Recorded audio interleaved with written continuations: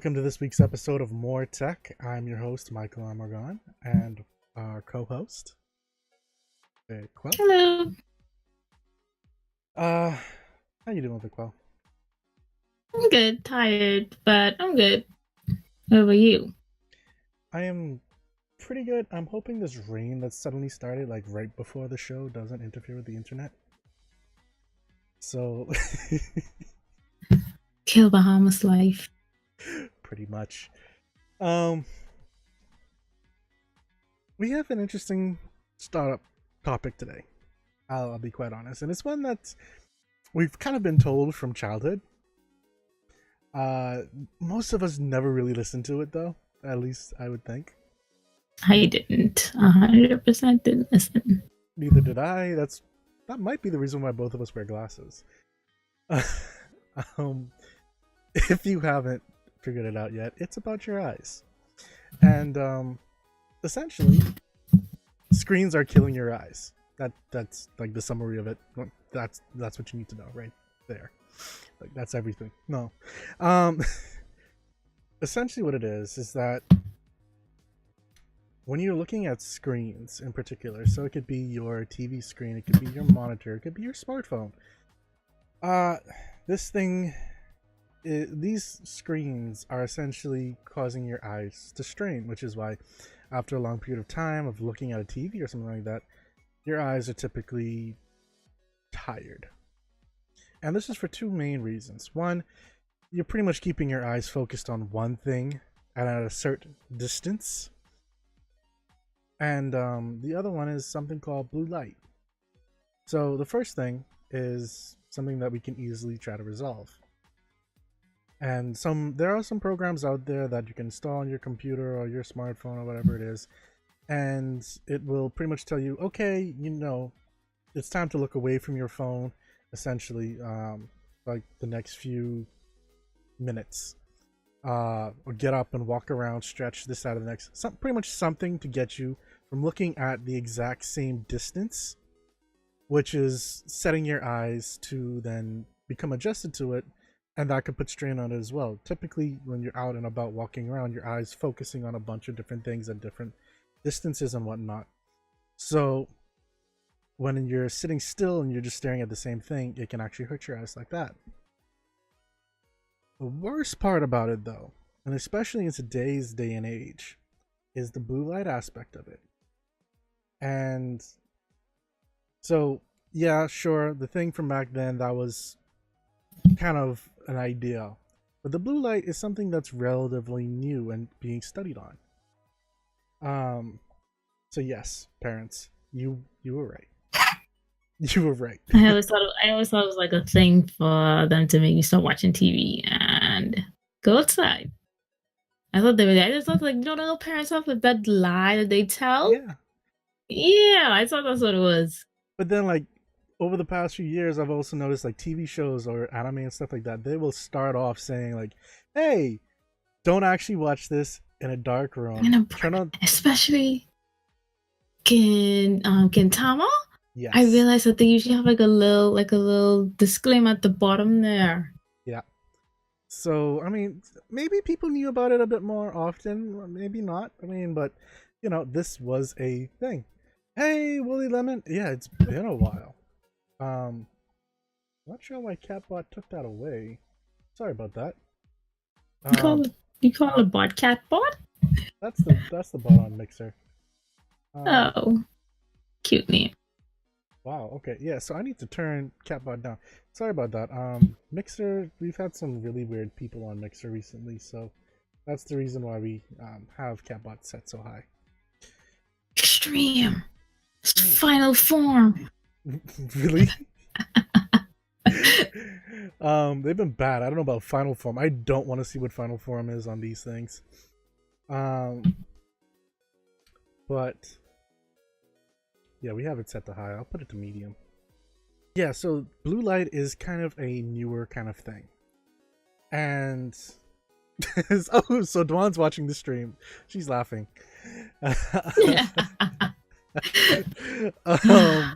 Yeah, so apparently she's dying.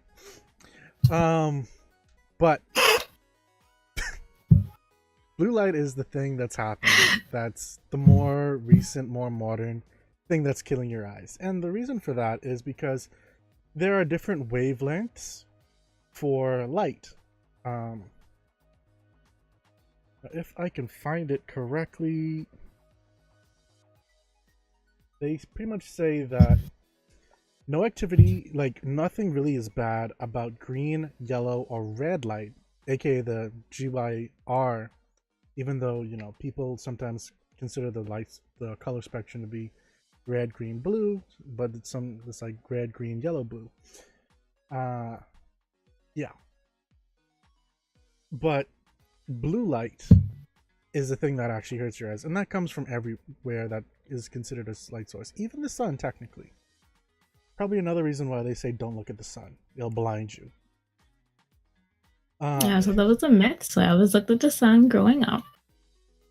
I mean, I looked at the sun from time to time just to like test the theory out, and I never got blinded. But I always, like, when I closed my eyes afterwards, I would always see like this dimmed orb in circle? my eyes. Yes, exactly.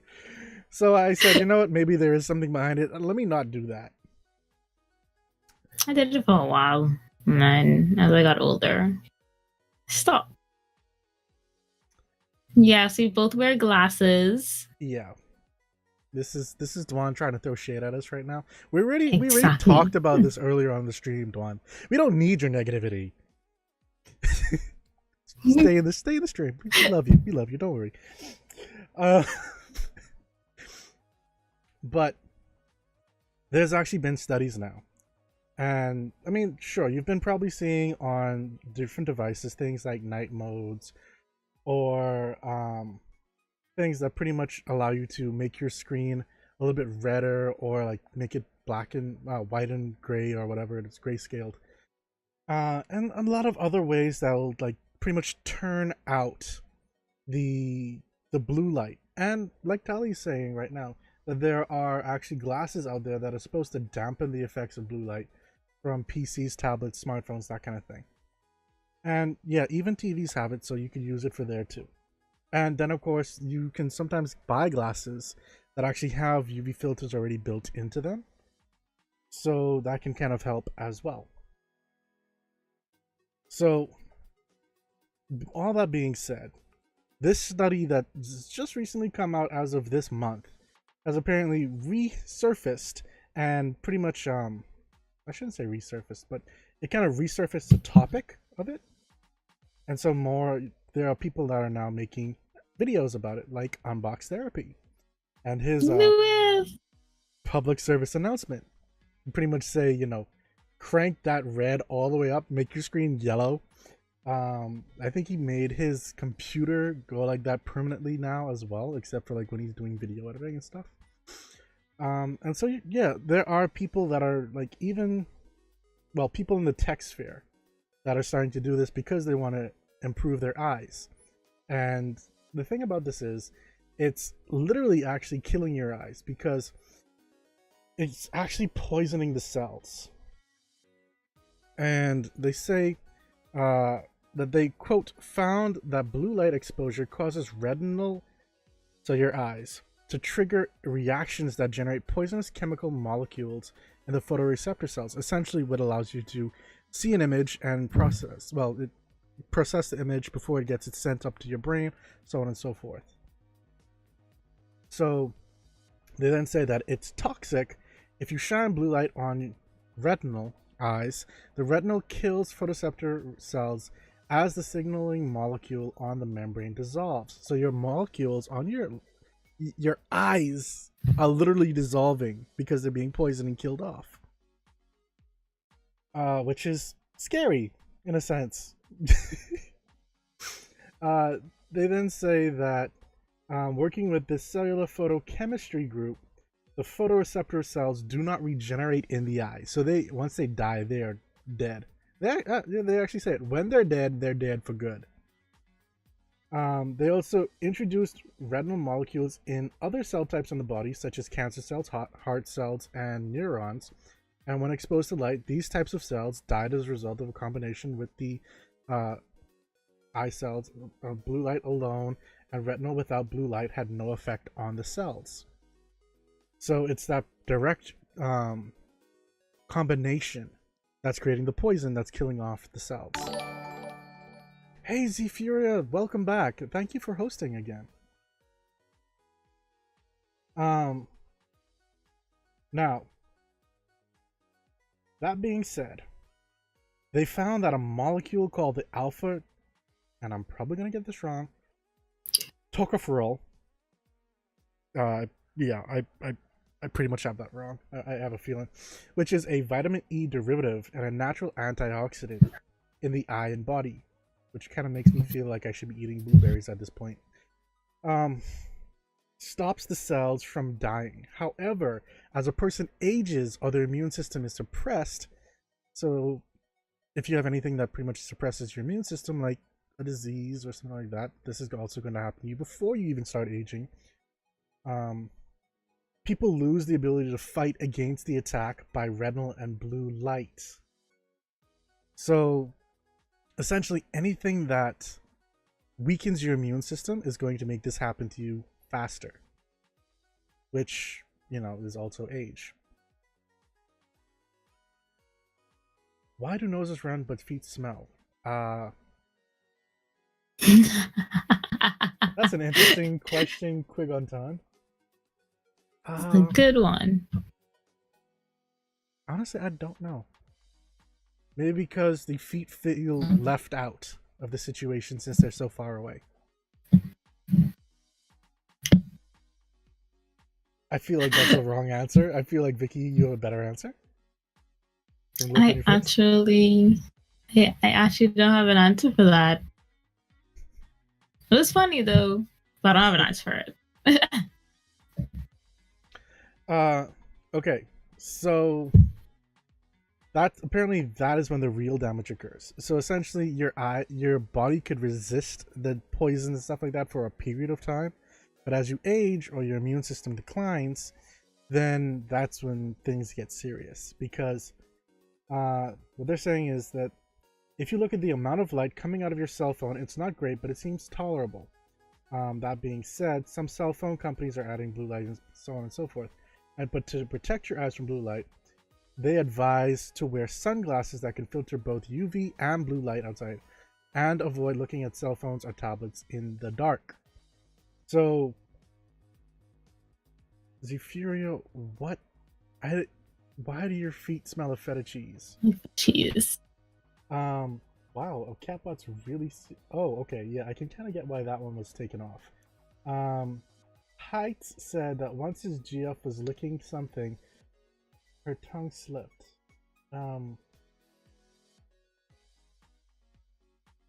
gonna say it went onto the feta cheese.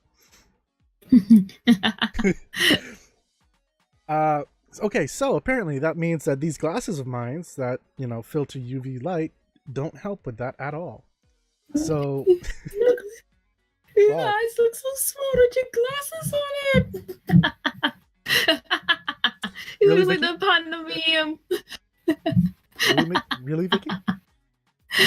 I think my eyes look the same when I take mine off. My eyes look really small. What do you guys think? Do my eyes look small like when I take off my glasses? You guys need to tell me. But yeah. Overall, they say that every year more than 2 million new cases of age-related macular degeneration are reported in the United States, and by learning more about the mechanisms of blindness, which they say if we don't keep up to date with this and actually like manage our blue light intake, I guess. Consumption? Yeah. By the age we're like 50 or 60, we'll probably be blind, or the likeliness. Yeah, the likeliness of us going blind increases by a fair amount. Imagine the kids growing up, they would be blind by the time they hit 20. So all they do is sit on their iPads all day. This is true. This is actually very true. And we give that, like, we can literally go out and find like a 2-year-old with a smartphone that his parents just gave him to watch YouTube or something like that, or play some game. Back in my day, I didn't have no I didn't have no smartphone until I was in high school. What was that phrase just now? Back in my day. Ooh, okay. Look at you starting to sound old. But yeah, sorry. Go on. You were back in your day? Oh yeah, back in my day, I didn't have no smartphone until I was in high school. I think I didn't get my first smartphone until I would say more or less like a sidekick, but we didn't have the capabilities over here, so I kind of scratched that one. And then after that, I think my BlackBerry was the first smartphone I had. Yes, I had a BlackBerry. I was in grade 9, 10, maybe. Was it a curve? Yes, I had a curve for like a couple months, and then I got a torch. And then after my torch, I upgraded to an Android, and I was all pro team Android until like 2014, 15. And that's when I switched back to my roots. For those who don't know, the BlackBerry Curve is the one that has the. Some of them had touchscreen, but the majority of them had just like a little ball on it, plus a keyboard. And then the Torch was a full screen touch screen. That was the one you had, right? Yeah, and then you could just slide it up and then reveal the keyboard. Yeah, BlackBerry was popular back then. Now that was BlackBerry Nation back then. What you talking about? Taladrea is saying though that molecular degeneration is typically heretical, and that technology has basically changed that, and she's actually quite right with that. Taladrea is like our in Discord disability expert, I guess you could say. Interesting. Yeah, she knows quite a bit about them. Because my parents wear glasses, so now I have to wear glasses. Maybe. Like my whole immediate family wears glasses. Tali, do feel free to answer that in chat.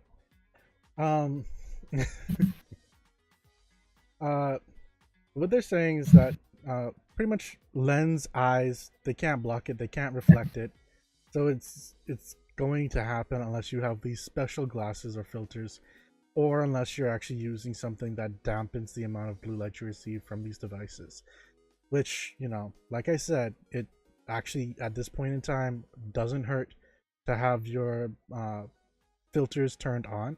I know one of my relationships I was in, my now ex quite literally laughed at me and made fun of me about it with her friend who was also there, and both of them laughed at me, but I wonder who's laughing now. I somewhat made fun of it as well. Like when Apple first introduced the night shift mode, just as I used to like that first day, and I was like, I'm gonna use this. Like I don't like how I look on my I don't like how my screen look funny. And then when I watched Lewis' video on, it was like Monday, Tuesday, like I fly to hit that night switch button so fast. I put it on my computer, my iPad, my phone, and my iPod. I hit that button there so fast, so like now it automatically turns on when for my laptop it automatically turns on when sun goes down, and then it stays there until sun rises. And then for my iOS devices, because it's too much to name, I just have it set to, I think their recommended time is like 10 to 7. So that's when I use it. Yeah, roughly pretty much like an hour before you go to sleep, and you know, a little bit in the morning, pretty much as the sun goes up and down. Yeah.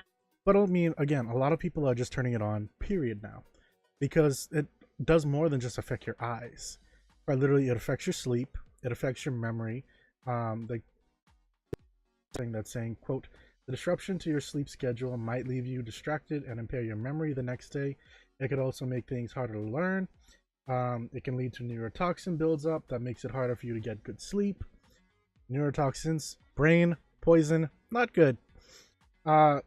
People whose melatonin levels are suppressed and whose body clocks are thrown off by light exposure are more prone to depression by disrupting melatonin and sleep. Smartphone light can also mess with your hormones that can control hunger, potentially increasing obesity risk. There's connection between light exposure at night and disturbed sleep. that can come with it and an increased risk of breast and prostate cancer. They are saying that they investigate whether it can lead to cataract, and of course, like we mentioned earlier, the retinal damage. So yeah, there's some pretty big things as to why you should take care of this more than just your eyes, but your eyes are pretty important. Mm-hmm. Luckily, I wasn't one that used my laptop in the night. Usually, when I use my laptop, I always have the light on. I always fall asleep with the light on, and someone just turns it off for me. So luckily, I wasn't killing my eyes too much. Compared to persons that sit in the dark all day just on their computer. That could sometimes be me. Even at work, I sometimes just turn off the light and just let the light from the outside come in. But if the room's still kind of dark and I just have my monitors there. And then when I'm home, I'll like to turn off this light here and just watch TV. So I probably should stop doing that. But there are some benefits to blue light. They say that it helps boost alertness and helps memory and cognitive functions and elevates your mood. Which, again, it kind of works with, and too much of it can work against. It regulates your circadian rhythm, which is how your body wakes up and falls asleep. Exposure to it during daytime hours help maintain a healthy circadian rhythm. Too much exposure to blue light at late night, though, can disturb your wake and sleep cycles. And not enough exposure to sunlight in children could affect their growth and development of the eyes and vision. And that early studies show a deficiency in blue light exposure could contribute to the recent increase in myopia and nearsightedness. There's a lot more to this than just bad things. Everything has their pros and cons. Exactly. Everything has a pro, everything has a con. And I think that's what we really need to keep in mind, especially when these PSAs go out and like people start freaking out. Granted, I do have my stuff on my phone at work set to reduce my blue light, and now at home on my laptop I have it set to reduce the blue light outside of streaming hours, essentially. So there is that. Plus, when I'm outside, then I get blue light as well. Exactly, equivalent exchange. We're going Full Metal Alchemist on this.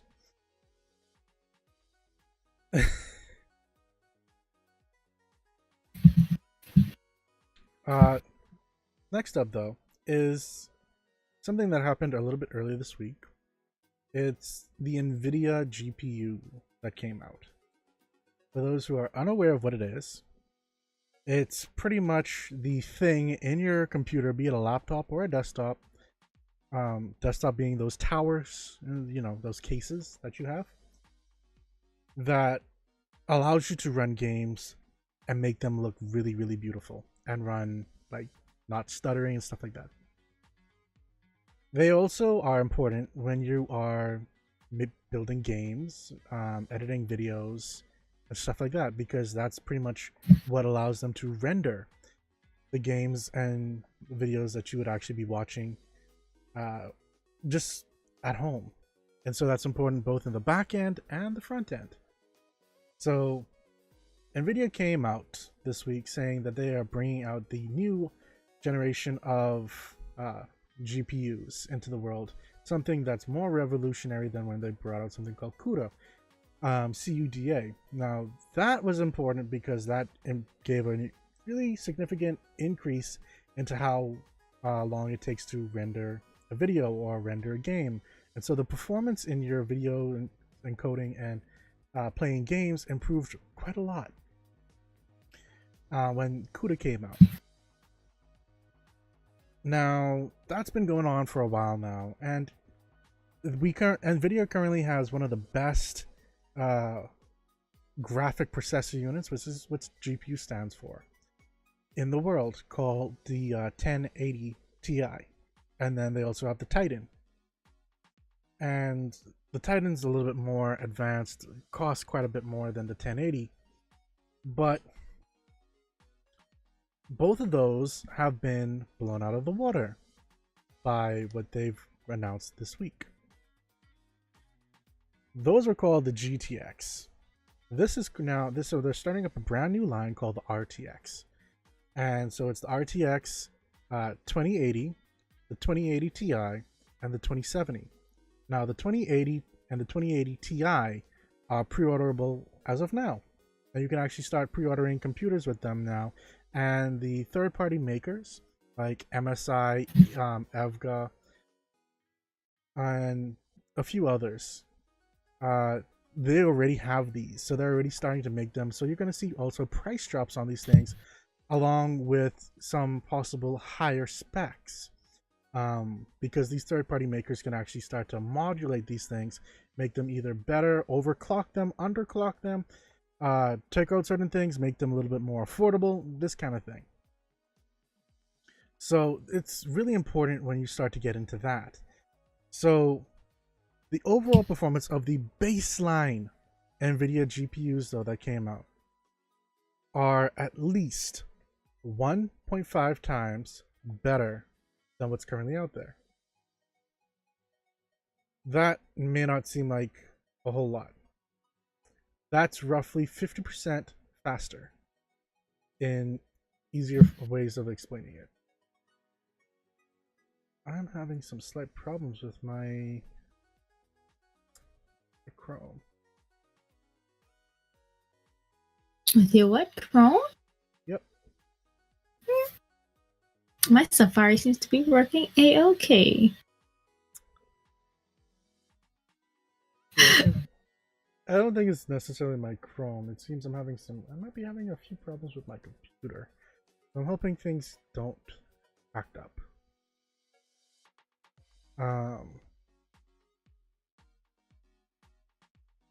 Yeah, so it's my computer right now.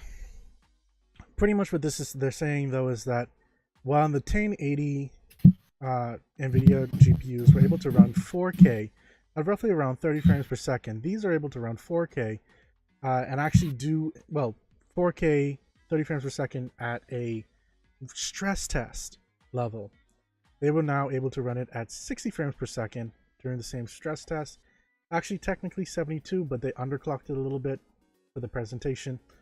So that within itself is a massive leap.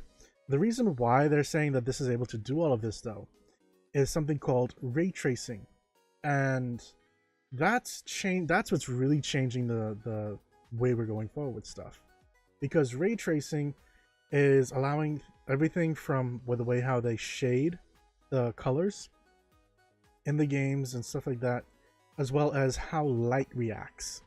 And so they don't have to spend more time and more energy into like saying a light is coming from here and like tweaking it to make it look a certain way. The light they put a light source and the surrounding areas just work their magic, and it looks more realistic without having to do a bunch of computations and spend more energy on that. So they're actually saving energy and with that power, and so they can use that power to then increase the performance of whatever they're doing, be it rendering a game for actual or a video, or actually rendering the game so that you could play it. So a lot of places now they're saying, you know, hold off, these things are great to get, but hold off for the real world tests on these, and that makes sense. And so because at what they were all talking about at the actual presentation, the Nvidia was pretty much saying, oh hey, well, we're not going to compare it to before, because now we have a new way of categorizing these things, a new way of performing these statistics, and they're pretty much calling them RTs. So where the 1080 was going like 11 or 12 RTs, this was going like 72 RT. So they were saying like, oh, it's a big jump. Thank you for the follow, Danny Estrada.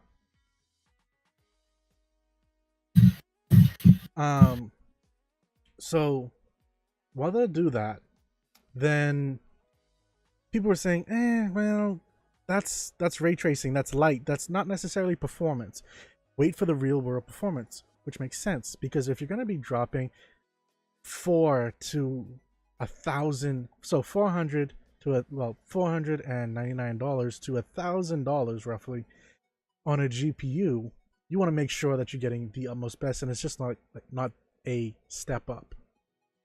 So what they did, Nvidia heard this and said, you know what? Here's what it's actually going to do. And essentially, the 1080s are like here, and the new set are like up here in distance, and like the 1070s are like here, 1060s like here, so it's kind of like that in performance levels.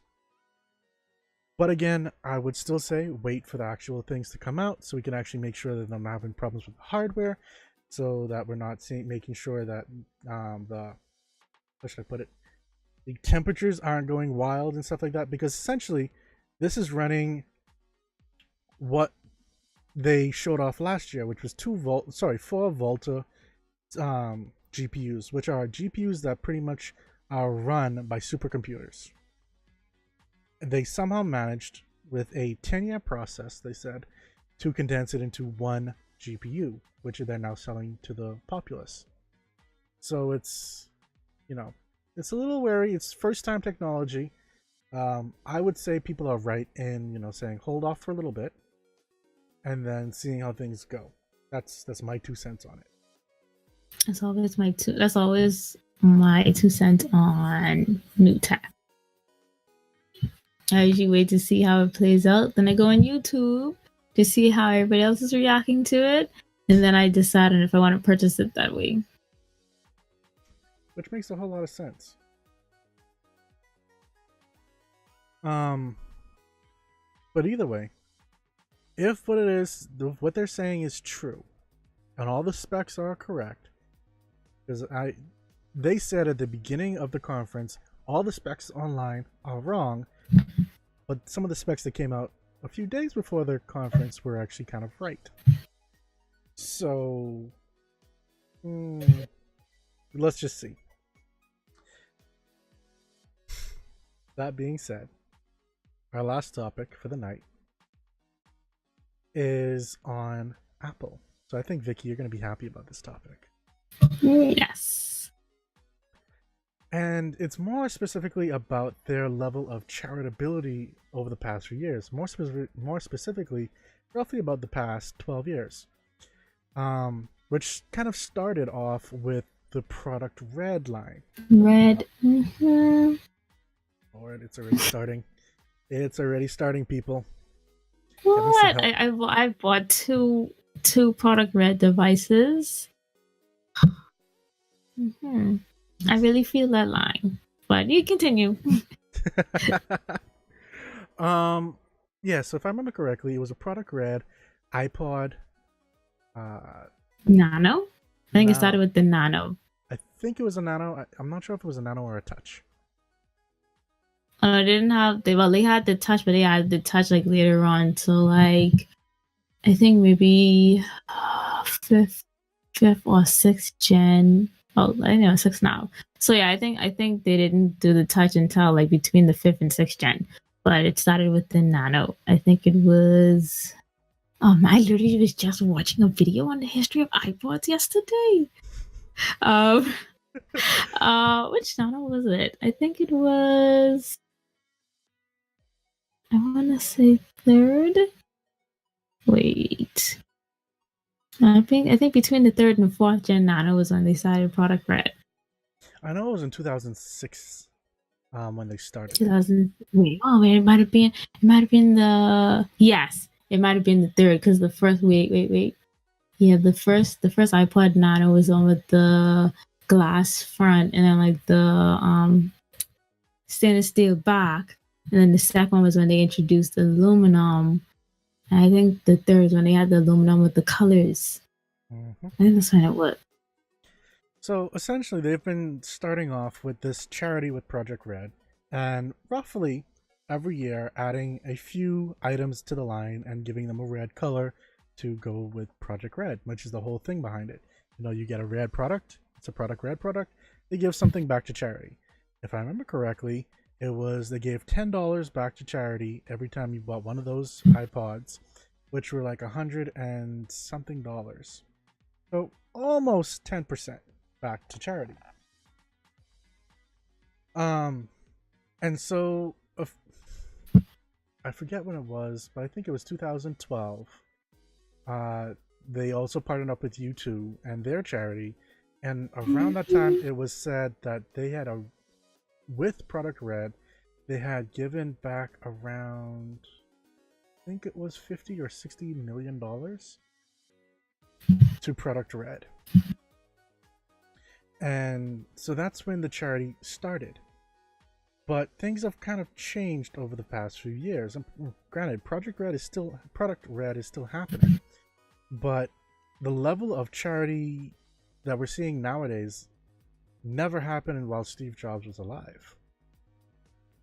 Like, and there are a few articles that go into detail about it, saying that, you know, the stuff that Tim Cook is doing, who's the current CEO of Apple, would never have happened under Steve Jobs. Like, he just didn't see that as his vision, which makes sense because he was a marketer, not really someone who was necessarily a people's person. Well, unless he was marketing to you, or a real tech guy. Charity managed for itself. Not necessarily. Physically. I mean, in a sense, but not. I could also see it as a means where he was thinking about the marketing element of it, like doing this is going to help raise our awareness, this, that, and next, and so we're going to get more people to buy stuff. I could see him thinking like that. I would hate to think that's how he thought, but I could see him thinking that. And I know that's going to be a very... That's probably how they ended up selling. Probably how they ended up selling so much the Product Red products and the U2 iPods. I know the YouTube iPod Classics. I know those were like top sellers, or they were hits back then. Yep, exactly. To a point where they even made a second generation U2 iPod Classic. So I could see him thinking about it that way. I mean, it may be sad, but it's the honest truth. In a sense. It is the honest truth, but at the same point, do you really want to think that about like a dead person? No, the way they portrayed him in his movies, I could see it happening. Seemed to be in... I don't want to say it, but they portrayed him to have this certain attitude within his movies, so I could honestly see that happen. This is true. So, let me see. Yes, it was a red iPod Nano. Sorry, and they started with Bono as well. And so the global fund to fight AIDS, tuberculosis, and malaria. They also did a one-of-a-kind red MacBook Pro, which sold for $970,000. A Johnny Ive designed red desk sold for $1,685,000. And of course, then the leather cases and stuff like that came out as well. It was in 2013 where it was $65 million were given for Product Red that Apple made. And of course, that's a trash can. Oh, the trash can Mac Pro looks so good in Product Red. Don't. No. This is gorgeous, though. It's a trash can. It's essentially a trash can. Yeah, but it's gorgeous. And it's the metallic finish. And then it was, I think, in 2013. I'm looking at this right now. 2017. That Tim Cook revealed that Apple thinks a little bit differently about charity now. He said that the reason why they never set up a charitable foundation, he said, I looked at it in early 2012, which is when he took over, and decided not to do it. And here's why. When a company sets up a foundation, there's a risk, in my judgment, of the foundation becoming this other thing that is not connected to the company. It has a separate board of directors. They make reasonably independent decisions sometimes. It becomes a separate thing. I don't want that for Apple. I want everybody involved because I think that is the power that we bring. The things that we can do is because we're stronger. It's with our unity there. It's when we pull all of ourselves in. We don't work on that. Sorry, we don't work on that many things, but we try to put all of ourselves in it. If we had a foundation, my fear was that I was going to do something that 10 or 12 or 20 or 50 people do, and all of a sudden for the 120,000. It's just this separate thing out there. People work here to change the world. So I think that this should be integral to the company. Sorry, this should be integral to what the company does, not a peripheral in a foundation. So he says all of that to essentially say that they're not going to really focus on all this other stuff. They're going to keep being Apple, essentially, or at least the idea of Apple, and keep doing things that help people. And he's done this personally a number of ways. So, for example, let's see. It was in 2015, Tim Cook himself donated $6.5 million in Apple shares to charity, which was 50,000 shares of his shares, mind you, not the company's shares, to an undisclosed charity according to a filing. Now, when he took over in 2011, so that's a correction for me, he didn't take over in 2012, they say that he's been proven to be a far more outspoken on charitable and political matters than his predecessor, Steve Jobs. And that he has donated undisclosed amount to support gay rights in his home state of Alabama, and pledged to give away all of his wealth once he's paid for his nephew's college education. Which, you know, we're actually seeing. Then he also goes a step further with his decision making. And in August, so this is actually a few days ago, apparently they donated 23,215 shares of Apple stock to charity, according to a filing. The stock's current price was, get this, close to $5 million. And then, not only after that, there was a flooding in Kerala, India. And Apple now steps in and they gave, well, they're allowing for Mercy Corp donations to help people affected by that. So they say that, and this is a day afterwards now, this is the 22nd of August.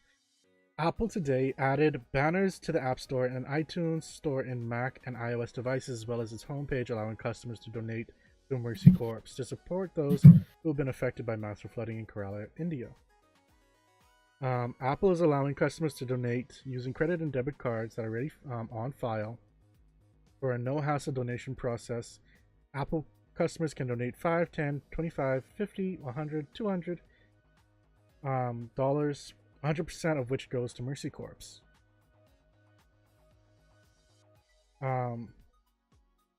Apple often uses iTunes and app stores to raise money for charity during major disasters, like when they recently collected money on behalf of the American Red Cross to help California wildfires. They've also collected donations like the 2015 Nepal earthquake, the 2013 Philippine typhoon, Hurricane Sandy in 2012, the 2011 Japan earthquake and tsunami, and the 2010 earthquake in Haiti. So, that being said, this company... The simple things that count. This company has donated a crap ton and facilitated donations a crap ton. I mean, they got the money for it. So, not to say like that, but they do have the money for it. So I could understand. But I think that's just Tim Cook being super duper generous and having a warm heart and wanting to give back to the people of the earth. You're right. But I know the banner stuff that they usually do for the App Store, they do that a lot. Like as soon as something happens, they automatically change the banners. They add like posted like they automatically like throw it in your face for you to update it. For you to like donate. And like sometimes they change their website homepage as well, like the image there to reflect the scene, to reflect whatever natural disaster happened. And like you have they do the product red versions of the apps whenever it's coming around that AIDS awareness. I think there's an AIDS awareness month. Yeah, so they usually do like the product red icons then, which persons whenever they purchase things in app with that app, they donate some funds towards the AIDS awareness as well. And I mean, you're right. They have a crap ton of money. I think the last thing I saw was around like, yeah, they're now worth like a little over $1 trillion in stocks, but they also have like ways of generating income. Like they're sitting on a few $100 billion, and then they themselves use that to then run stocks. And actually, it's almost like they're a private bank within itself, but they're not. And so they're always generating more income, even outside of its consumers. So, I mean, it would make sense if things are happening. And if you are wanting to be an outspoken company, you know, the entire thing for Apple was to go against the man and to be outspoken. And so if you want to be a leader and be outspoken, you have to show those tendencies. And that also means being generous when the time comes, when things go wrong in the world. And it's good that companies like Apple step up like this. And I think Apple has this very special place when it does stuff like this because of how they do it. I don't see Google doing product red. I know I see Amazon, they have like on their website product red products. Oh, you guys don't have like the app icons changed to like a red version? Oh. Nope. Oh, I thought it was like both Android and iOS thing. Well then. Nope. And see, that's a really nice thing that Apple does that other companies don't. Quite literally, there are only a handful of companies that partner up with other companies like this. Sometimes they'll do something for a major relief fund within the world, but most tech companies don't. They may facilitate a means for people to donate, but giving their own funds, that's a hard sell. So kudos to Apple, and kudos to the not just to Apple, but the people, the customers as well. Exactly, the people who are actually spending the time and buying the product red. Not only the time, but the money.